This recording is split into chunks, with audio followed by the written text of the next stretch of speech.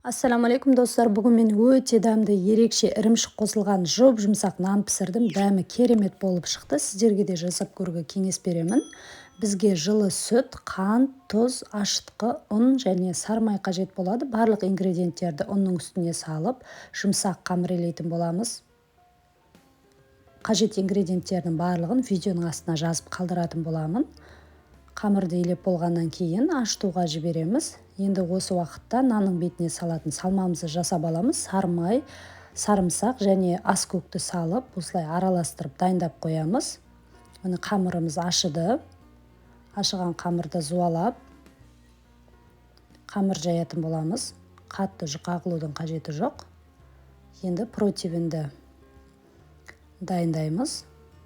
Противенімізді дайындап, осылай орналасып, енді бетін кесіп шықтым. Осылай ірімшіктерді салу үшін жаңағы дайындап қойған салмамызды осылай бетіне жағып шықтым.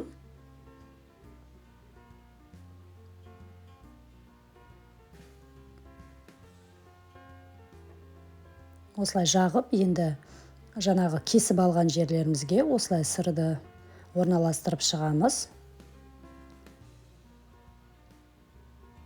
Міне ірімшіктерді орналастырып болдық. Енді 180 градуста 25 минут шамасында пісіріп алатын боламыз.